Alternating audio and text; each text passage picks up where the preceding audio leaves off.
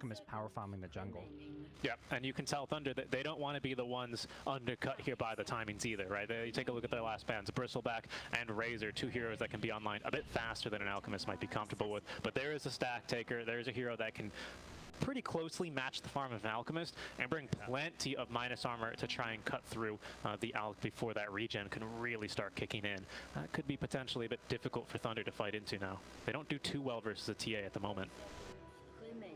Such a tempo hero. Yeah, none of these heroes have the best answers to refraction. You're looking at maybe like a Spirit Vessel or something on a 4-position Monkey King, depending on what Thunder Awaken want to get here. They can pick an offlaner or a 4-position. We've seen, you know, Monkey King can be an offlaner as well, but I think once his TA comes out, you don't really want to play core Monkey King into TA. You'd rather pick some kind of offlaner that has a better matchup here. Agreed. I'd agree with that. I think right now, if I'm Thunder, I'm pretty set on running Pakaz on the Weaver again with the Monkey 4 and picking something like a CK offlane, which is going to have a very good matchup versus the Templar Assassin. It's going to be the Pakaz. It's so good, in fact, that they're going to run it safe lane. Now the only question is what, I mean, it has to be Weaver off, right? Yeah, there's Matthew who locks in Monkey King. There's no way you can run a Monkey Core versus TA. That's just asking to have all your armor reduced to 0 and killed. Okay, wow, so they thought this was such a good last pick that they're actually going to promote it, which I think is just fine. 24th pick for your carry, why not, right? Does well versus the Void Spirit if you can get on top of him. He murders the Chen as well. It's way too much burst for Chen to out heal. I actually think this is an interesting solution for Thunder. The only problem I see with it, GoDz, is that you are still running double melee into a Viper. Yeah, double melee into a Viper, and I would also, I think the other problem I see slightly is just, it is a kind of greedy draft. You've got Alchemist, CK, and Weaver as your cores. You know, this is a patch where offlaners are generally playing a lot greedier, but typically we're seeing these offlane Razors and offlane Vipers and these offlane carries when your mid laner is this big playmaker. The Void Spirit, the Puck. Even if it's like a kind of scaling mid laner with, you know, your Witchblades, it's a playmaking one. Alchemist, it's the opposite of that. So the big question is, what happens, what does Thunder Awaken do if, you know, their lanes don't go the best, or if they need to make some plays in the mid game? Who do they look to? Because I don't think there's a good hero to kind of control the tempo for them. Yeah, for sure. I think it's going to come down to the second item timing of the Alch, which is usually the Blink Dagger. Radiance around 12 to 14 minutes. Blink Dagger around 16 to 18 is what I last saw when I was looking at builds on the professional level. And if you can get that online in decent time, and I think that might kind of solve their issue. You know, being a little bit of the Thunder stand, if I may here, seeing as they are down one game. Potentially another thing they can look to do is kind of play a little bit aggressive and in the face of Secret, but quite crucially trying to dodge the Viper early. And I think that's what's going to be really tricky here for them, and where Secret can really look to kind of abuse the fact that this is, you know, as you say, a bit of a greedy draft from Thunder. This Viper, I think, you know, he might not get kills in lane, sure, versus the Abba, but he's certainly not really countered in this early game. I think he's going to have a pretty strong game here for Rezo. Yeah, I think whichever lane and matchup Rezo gets should be pretty favorable. I think the only one he doesn't maybe want is the Weaver, but it's hard for Thunder Awaken to force that matchup. They're trying to get this aggressive vision down, so maybe with the idea in mind that they can get favorable matchups, but unfortunately for them, they've already been scouted here. Marcy kind of found out that they were on this hill, and they know it's warded. Yeah, and they're setting the trap as well for Dark Mago. Chrysalis lies in wait there with the Meld Strike, and that's a very easy first blood. Thunder, of course, not ones to run from a fight, are going to maybe give up 2 more, as Sacred underneath its tier 1 tower is going to be the second to go. Chrysalis diving a bit too far. He's going to live on 6 HP. Oh, no. Yeah, that's it. I don't think you need to eat that Tango. Just deny yourself and reset here. There he goes. A tiny bit of the first wave. But that is a great stop for Team Secret. Indeed. Couldn't have gone much better there. Perfectly done as well by Secret. They anticipated that move perfectly. They ping out the ward even by Zayats. Excuse me. They set the trap underneath their mid ward and are going to be rewarded with 2 kills. Who got first blood there? Was it even Chrysalis? It was Chrysalis, yeah. Hard to go much better. Yep. He's going to be going to that safe lane with a nice chunk of extra change. He brings Puppey his items, his extra sentry wards, so that's going to help this top lane, because I think Weaver Monkey King, when I look at these lanes, that is a kind of strong point. I think it's hard for Puppey to get into the jungle to grab creeps, because there's so much catch that can kind of punish him. He's going to lose his courier. Not the biggest deal. Might delay his Solar Ring by a bit, but some bonus gold at the very least for Nisha. Yeah, getting into the jungle is going to be difficult, but it is also going to be, I would say, even more difficult for Matthew to maybe find good use in this lane. Again, the Monkey with Primal Spring, you want to be jumping on heroes and playing aggressive, but in this lane, if you mess it up, Chrysalis is here with the Melt Strike, and that's plenty of damage, although nicely dodged there by Matthew. Yeah, and that's the thing. Chen is not just about the creeps anymore. Penitence with all the attack speed, you've got some laning presence, and with a right clicker like a TA, if you hit those Melt Strikes, that's -5 armor and plus 30 attack speed just at level 1. Once you start getting level 2 Penitence in this lane, you can't really go on TA if she can turn back and hit you with Penitence. Matthew body blocking the small camp for Puppey. The hard camp didn't have any level 3 creeps in it, so Puppey being condemned to the jungle. Best he can grab, I don't even, can you grab a Hellbear? Oh, well, now he's... Yeah, good jukes indeed. Yeah, Puppey, they're just happy to be buying time. It's time there. His core is safely farming away. Nisha starting to really struggle as well in this mid lane as far as HP goes because of the strength of Acid Spray in the mid lane. But now with the bottle regeneration, he should just be A-okay. Puppey is going to go over to the mid lane and steal a camp, and he's found the Hill Troll Priest. Not bad at all. Yep, he'll happily take that, and he blocks the camp as well, so gets pinged out, but it's just annoying because someone's going to have to come over, make sure they deward it. Alchemist himself doesn't really want to run away from any creeps to do this, so not having the easiest impact on the top lane. Puppey just finding a way to impact the game elsewhere. Yeah, very true. Even make sure that the Wave's in a situation top lane where he's not really griefing his core, of course, right? Now he's going to be likely returning to the top lane, now that Crystals has to go a bit further for creeps, but Wave was underneath his tower. He can CS that just fine by himself. Matthew, in the meantime, I think maybe stacks. No, not quite. He's going to avoid the stack timing for now and maybe look for a kill on the Puppey. He's trying to just keep tabs of this Chen, it feels like, but I guess with that, the top lane, like, Sacred... This is a free farm lane for him. If he's in a pure 1v1 against the TA, so far you can see top of the CS, not having any issues, even with the TA getting that first blood earlier. Crystallis is having a really rough lane so far. On bottom here, the only thing we haven't commented on much, we do see a surprising lack of kills for a Viper Marcy lane. I think this was probably the first laning partner that pros started really experimenting with when Marcy was released and let loose into Captain's mode. Just very simple, right? Rebound, move speed, with the Viper, especially level 2 poison attack, can be nigh unstoppable. Well, here's a lane that certainly does at least put a little bit of a slow to that momentum. Yeah, just the defensive prowess and CK having some self-sustain means you can't just be totally harassed out of this lane as well. So holding their own for now. I think this lane does get trickier as the levels start building up on the Viper and the Marcy. Marcy is going to maybe find a career here as well. So that's a nice little find for Zayats, but not the end of the world here. For me, the big questions are going to come a bit more around this, like, 5 to 10 minute stage once the Alchemist starts trying to head up the jungle, whether or not they can contest that. Dark Mago is still going to collect the Water Rune. No bottle for him, though. Nisha content on fighting through this, even in the Acid Spray. Dark Mago, though, with the Fairy Fire, still living through it. Nisha might have overcommitted, dying to creeps. No, gets the rebound away, and it's Zayats instead who will pick off Dark Mago. Wow. That was so close. Nisha just taking away the poison, managing to just stay out of range. He's going to die down bottom. Matthew TPs, but can do nothing because he is only a Monkey King into a Viper. Yeah, that's the double TP mid. Both supports leave the bottom lane, and Viper's like, great, I can go on you now. You haven't got the Aphotic Shield. You haven't got the Mistcoil heal, and that means I get to get these kills. And that's a really inefficient play now from Matthew. Not to say it was a bad play, but the end result is suddenly he's used his TP, he's stuck bottom. His TP's on cooldown, he just doesn't have one, so suddenly he's very limited in what he can do on the map because of that TP not even saving his carry. Yeah, I want to just remark on what a mental victory that must feel like for Nisha, right? I mean, that's basically all he was doing last game, especially before like the Blink Dagger on Dark Mago. He's already kind of off to the same start here, just barely living through these engagements, getting the better of the enemy mid. Chrysalis going to get some little help here, perhaps in the top lane. He's got the heal coming in from that troll priest. So much heal. That's going to help salvage his lane because it has been pretty rough so far. But now that Monkey King's made his way back up here, but he had a little bit of free time to at least get some CS for himself.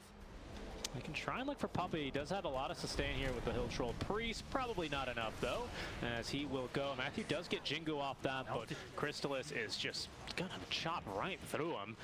Does at least get off the Fairy Fire. That'll buy enough time for Sacred, certainly, to get away. As mid lane, Dark Mago was dove by Nisha, who missed. Dark Mago then, with the Chemical Rage now wearing off, is going to give a bit of a chase here. There's going to be a haste rune scouted and into the bottle for Nisha, who does have another Astral Step ready to go in 5 seconds. Might look to turn this. They know that there's no Chemical Rage. Yeah, they're going to call on reinforcements. In goes Zayats as well. Dark Mago continuing to farm.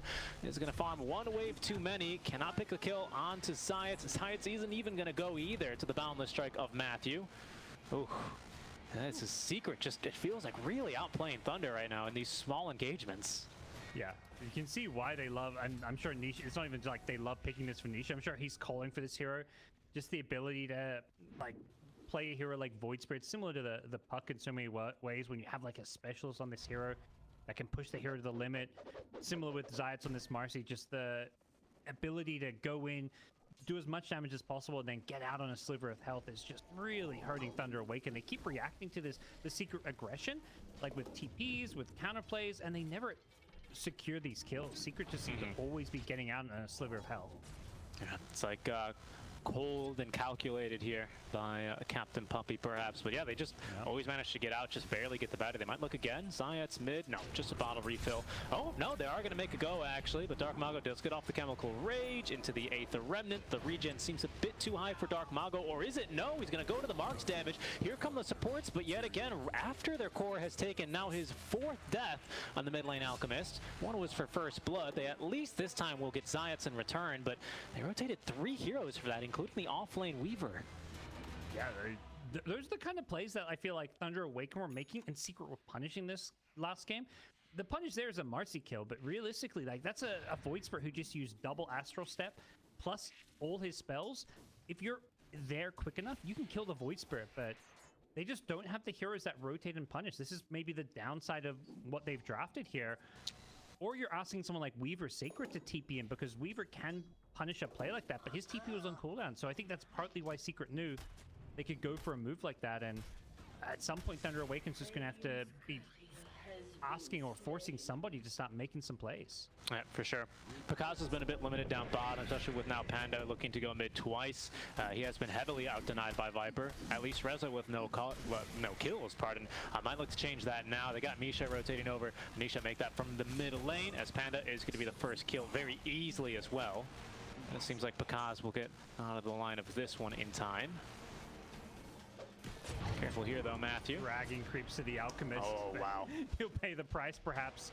Okay, he barely lives. Yeah, just barely. I think he has to dodge some damage there with the Mischief, and might even be able to avoid the kill altogether. However, Dark Mago yet again in trouble in the mid lane. Another rebound down over. Dark Mago does not have the Chemical Rage for 18 seconds. It's on cooldown. Aether Remnant's going to miss, though.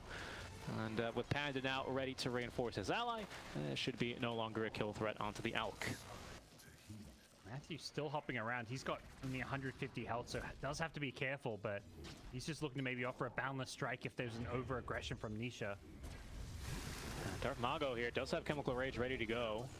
There's another quick D word out from Thunder, ensuring that Alk can continue to stack up the Greevil's Greed.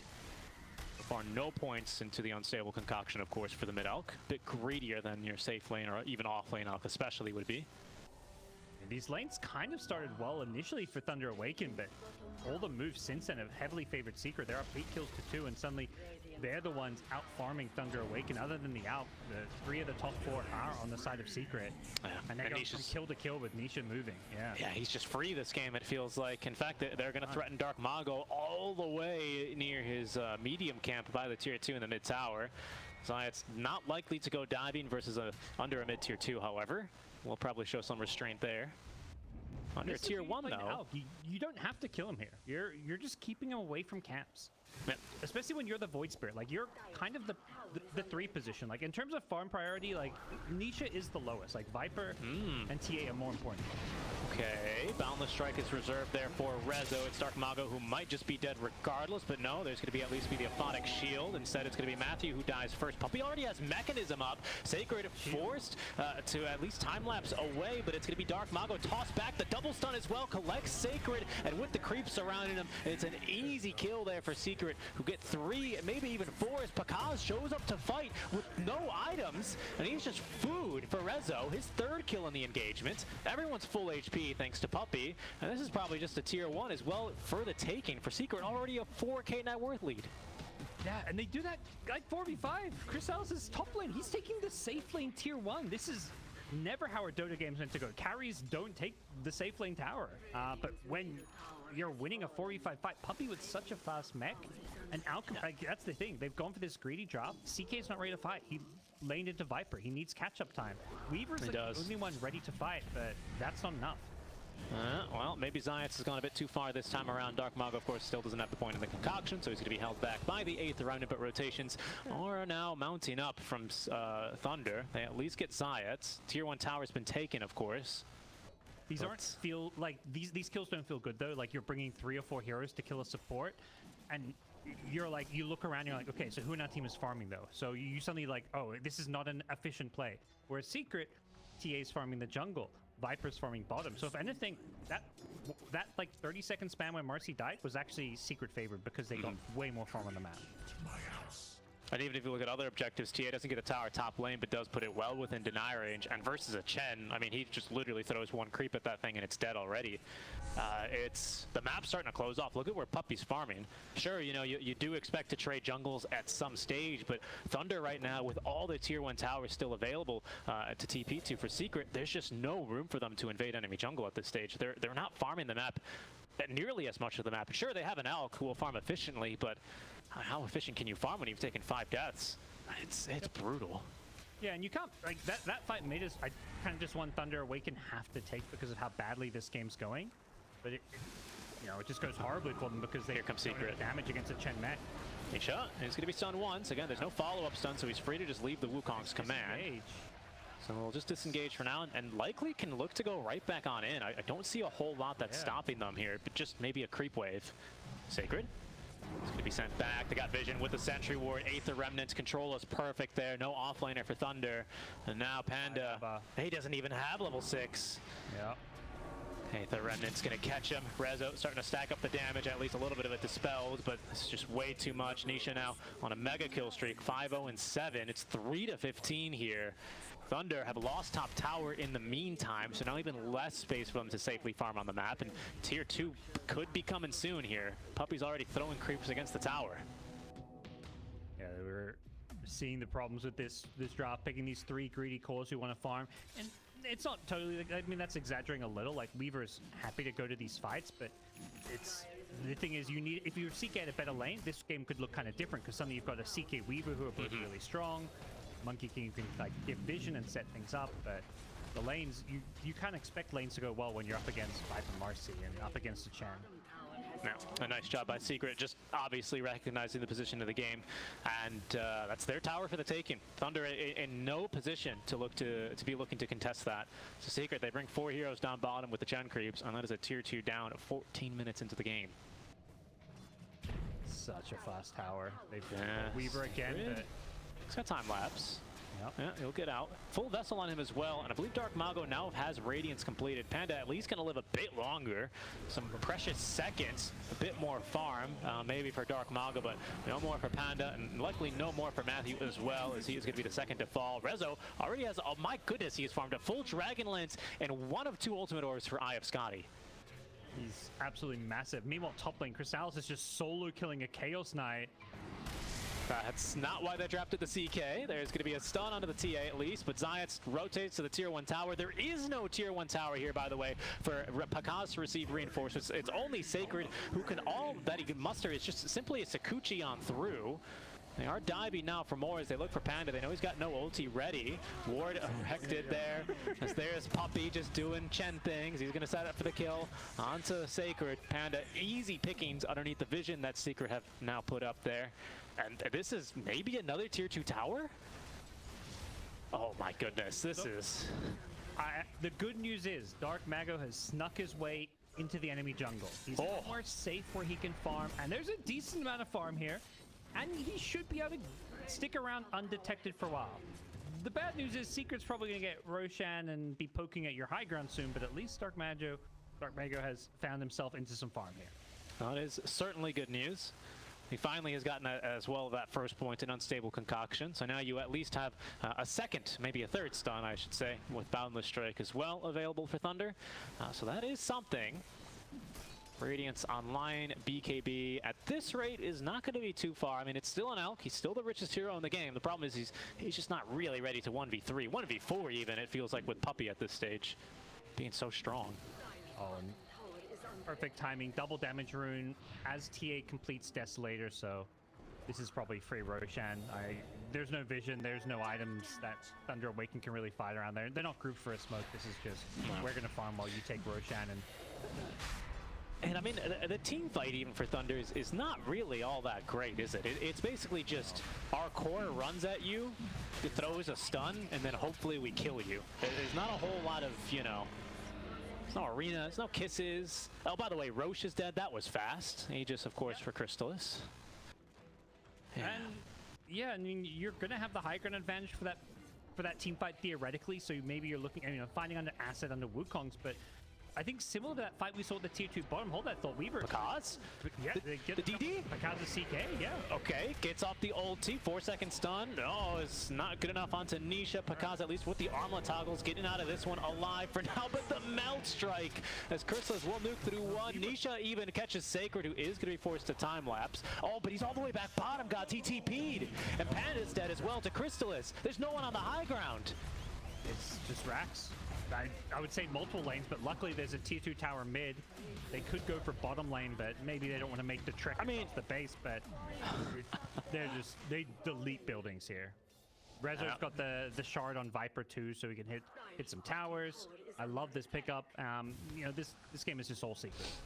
Oh, it is. It is. And I have to say, GoDz, Twitch chat, we did it. Yep. We did it! This game's all secret, and it's all the viewers. The viewers are happy. What a fitting way to start the tournament. Thank you, Team Secret. Thank you, Team Secret. Fantastic games here already out from them.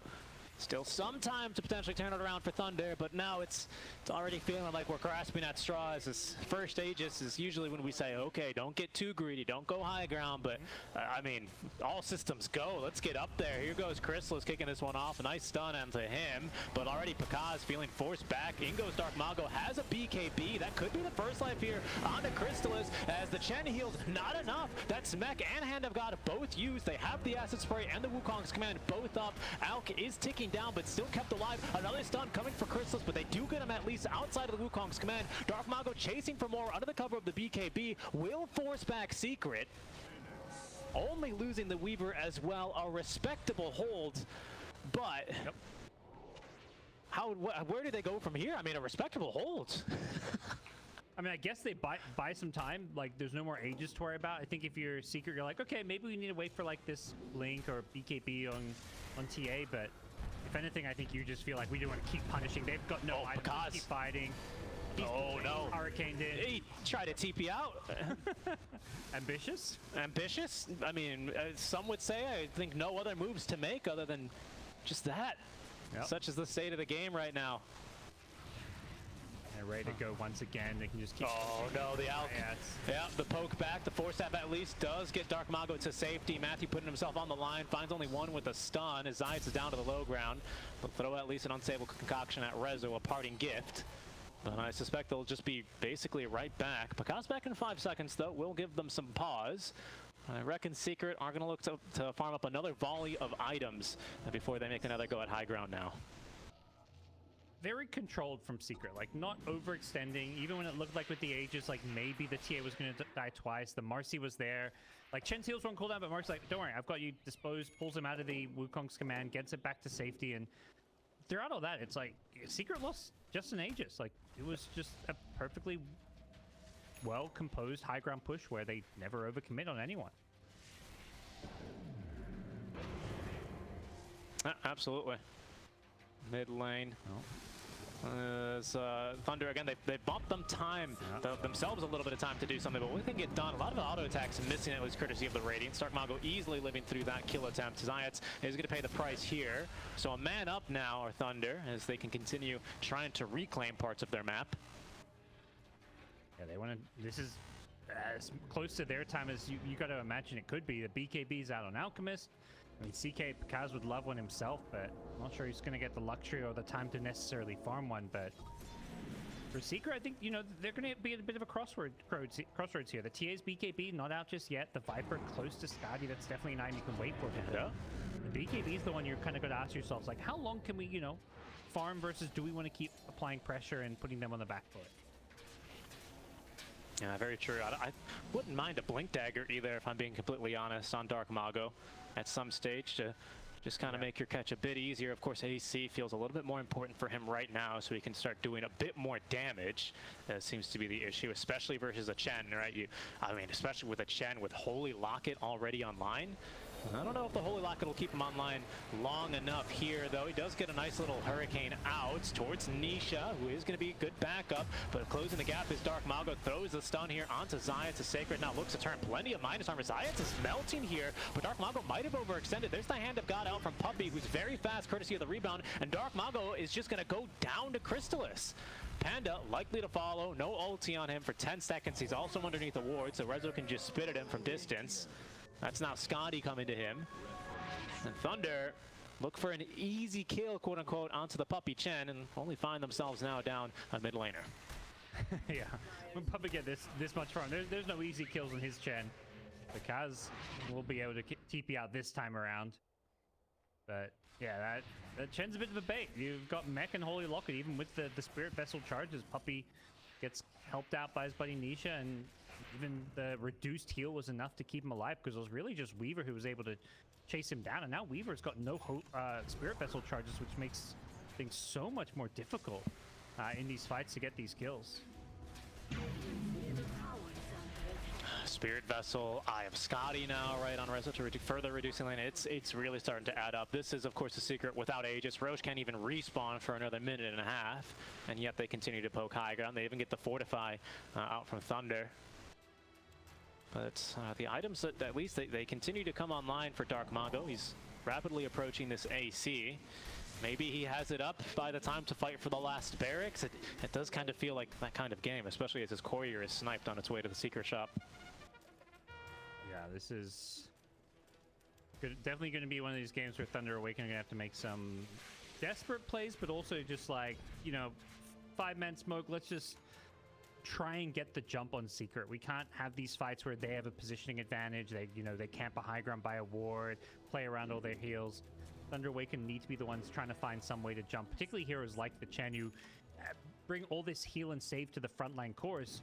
You got to kind of ignore these Vipers and things because going on them is just a recipe for disaster. That's how you're going to get completely destroyed in a team fight. Matthew, decent force staff away, but of course, no amount of force staffs can stop Nisha from running you down. Zayat is going to be there to collect the kill. At least this does buy time. He kind of, you know, danced around in front of him long enough for Darkmago to yet again sneak into the enemy jungle, where he's left a People's Gift on the floor. There we go. And he's found the two greatest camps right there for himself, by the way. 2 Mud Golems, as well as the Hill Troll Summoner camp is lots of gold for him. I think nearly now has enough for AC. Yeah, he's just about 200 gold shy.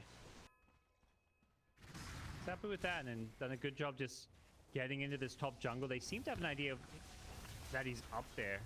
Crystallis was kind of circling and pinging it out, but Secret making the decision to ignore the Alchemist and just keep pressuring the base. Even without Aegis here, want to keep making these moves, but without TA, there's not really any threat into this high ground, I feel. It's almost just like a fake show of strength from Secret that, oh yeah, you know, we might push your high ground, but realistically, Secret's waiting for Roche number 2 here. Yeah, I think they'd be most comfortable with that. The Deso, BKB, you know, TA is online, but bolstered by an Aegis. I think there's literally nothing that stops his TA running you down anyway in your base. But there's a BKB now for Pakaz. Darkmago now ready to show off his new AC, so further, I suppose, de-amping or amplifying the minus armor that they have. A little bit of juxtaposition there. But That makes sense in some way, and all that really amounts to some pretty serious physical burst damage, and that's going to be real nice into the BKBs that Secret are hoping to protect them. Got vision on them.